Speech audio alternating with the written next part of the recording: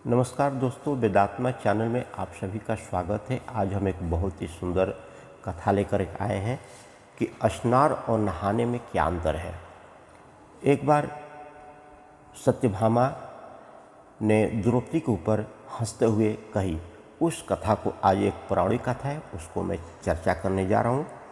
तो बहुत ही मनोरंजन कथा है, आप ध्यान से सुने।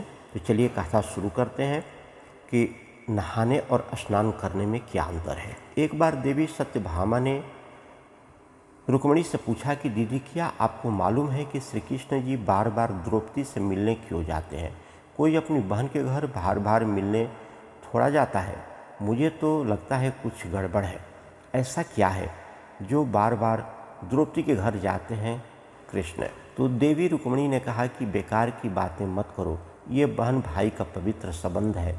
जाओ, जाकर के अपना काम करो। ठाकुर जी सब समझ गए और कही जाने लगी तो देवी सत्यभामा ने पूछा कि प्रभु आप कहाँ जा रहे हैं? तो ठाकुर जी ने कहा कि मैं द्रौपदी के पास जा रहा हूँ मिलने। अब तो सत्यभामा जी और बेचैन हो गई और तुरंत देवी रुक्मिणी से बोली, देखो दीदी, फिर वहीं द्रौपदी के घर जा रहे हैं। कृष्ण जी ने कहा कि क्या तुम भी हमारे साथ चलोगी? तो सत्यभामा जी फौरन तैयार हो गई और देवी रुक्मिणी से बोली कि दीदी आप भी मेरे साथ चलो और द्रौपदी को ऐसा मज़ा चखाएंगे कि वो जीवन भर याद रखेगी। देवी रुक्मिणी भी तैयार हो गई। जब दोनों देवियाँ द्रौपदी के घर पहुंची तो देखा कि द्रौपदी अपने केश संवार रही थी। जब द्रौपदी केश संवार रही थी तो भगवान श्री कृष्ण ने पूछा, द्रौपदी क्या कर रही हो? तो द्रौपदी बोली, भैया केश संवार के अभी आ रही हूँ। तो भगवान बोले, तुम कहाँ जाने के लिए केस सवार रही हो? तुम्हारी तो दो भाभी यहाँ आई है, ये तुम्हारे केस सवारेगी। फिर कृष्ण जी ने देवी सत्यभामा से कहा कि तुम जाओ और द्रौपदी के सिर में तेल लगाओ और देवी रुक्मिणी तुम जाकर द्रौपदी की चोटी करो।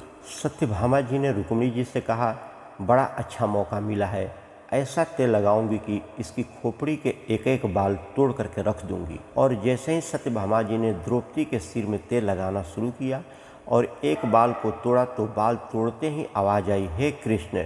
फिर दूसरा बाल तोड़ा, फिर आवाज़ आई, हे कृष्ण। फिर तीसरा बाल तोड़ा तो फिर आवाज़ आई, हे कृष्ण। सत्यभामा जी को समझ नहीं आया और देवी रुक्मिणी से पूछा, दीदी आखिर ऐसी क्या बात है? द्रौपदी के मस्तक से जो भी बाल तोड़ रहा हूँ तो कृष्ण का नाम क्यों निकल रहा है? रुक्मिणी जी बोली, मैं तो नहीं जानती। पीछे से भगवान बोले, देवी सत्यभामा, तुम देवी रुक्मिणी से पूछ रही थी कि मैं दौड़ दौड़ करके इस द्रौपदी के घर क्यों जाता हूँ, क्योंकि पूरे भूमंडल पर, पूरी पृथ्वी पर कोई संत, कोई साधु, कोई सन्यासी, कोई तपस्वी, कोई साधक, कोई उपासक ऐसा नहीं हुआ जिसने एक दिन में 3.5 करोड़ बार मेरा नाम लिया हो। और द्रौपदी केवल ऐसे ही एक दिन में 3.5 करोड़ बार मेरा नाम लेती है। प्रतिदिन स्नान करती है, इसलिए उसके हर रोम में कृष्ण कृष्ण आता है और इसलिए मैं रोज़ इसके पास आता हूँ। इसे कहते हैं स्नान, जो देवी द्रौपदी प्रतिदिन किया करती थी।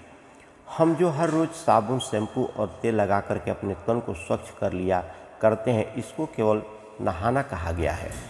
स्नान का मतलब है हमारे शरीर में 3.5 करोड़ रोम छिद्र है। जब नारायण से पूछा गया ये 3.5 करोड़ रोम छिद्र कर्मों के दिए गए तो नारायण ने कहा, जब मनुष्य 3.5 करोड़ बार भगवान का नाम ले लेता है तब जीवन में एक बार उसका स्नान माना जाता है। जय श्री कृष्ण, जय श्री राधे, जय सत्यभामा, जय द्रौपदी जी। दोस्तों ये वीडियो अच्छा लगा हो तो लाइक, शेयर, कमेंट ज़रूर करें, सब्सक्राइब करें ताकि फिर आगे आपको नया वीडियो मिल सके। धन्यवाद।